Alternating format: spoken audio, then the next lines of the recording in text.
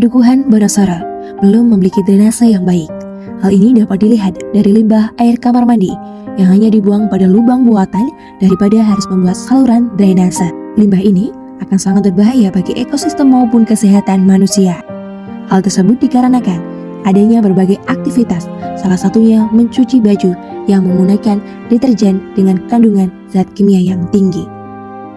Air yang tercemar dengan deterjen akan mengakibatkan tumbuhan di perairan tersebut tidak bisa bertahan hidup, bahkan bisa mengakibatkan alergi maupun iritasi pada manusia. Berbagai macam dampak dari air limbah kamar mandi yang bisa membahayakan kesehatan dan lingkungan.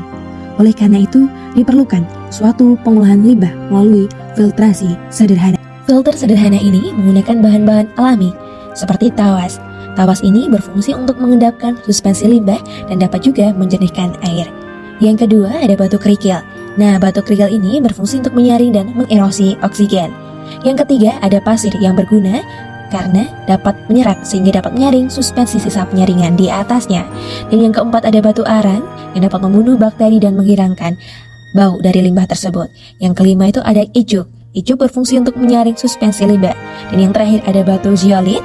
Batu ini dapat digunakan untuk mengendapkan suspensi dan menurunkan kesadaran limbah air. Dalam pembuatan sistem filtrasi sederhana, kita memerlukan persiapan pembuatan alat dengan memasang keran dalam toples dan membuat rak bertingkat. Pembuatan filter sederhana memperhatikan setiap urutan dari lapisan bawah ke atas yang berturut-turut terdiri dari batu kerikil,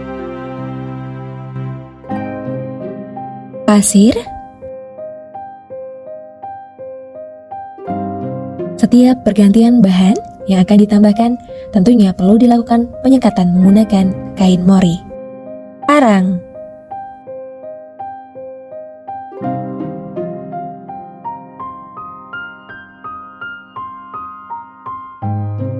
ijuk,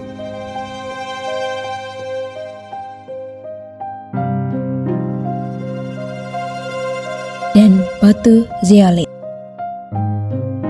Jika filter sudah jadi, maka selanjutnya diperlukan pengambilan sampel limbah air kamar mandi yang dimasukkan ke dalam toples perlakuan. Limbah ini nantinya akan ditambahkan dengan tawas, lalu diaduk dan tunggu hingga suspensi mengendap sekitar 15 menit. Filtrasi sederhana siap digunakan. Pertama, kita taruh toples perlakuan limbah pada rak paling atas, disusul dengan toples berisi filter sederhana di bagian tengah, dan yang terakhir yaitu toples penampungan air hasil filtrasi. Apabila sudah tersusun sesuai prinsip kerjanya, maka keran di setiap toples bisa dibuka dan tunggu air hingga tersaring.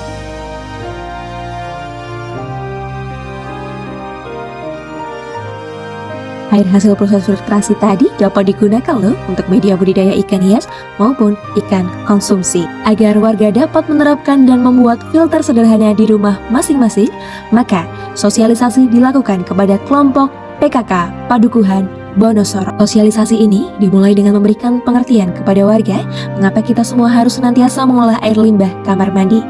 Tidak hanya itu, pada kegiatan tersebut juga menjelaskan tentang alat dan bahan apa saja yang diperlukan dalam membuat filter sederhana ini. Agar warga lebih mudah dalam menangkap proses pembuatan dan kinerja dari filter sederhana ini, maka mahasiswa juga mendemonstrasikan bagaimana filter ini dapat mengubah limbah air kamar mandi dari yang berwarna dan berbau menjadi air yang bening, tanpa bau, dan siap dimanfaatkan kembali sebagai media budidaya ikan di rumah warga.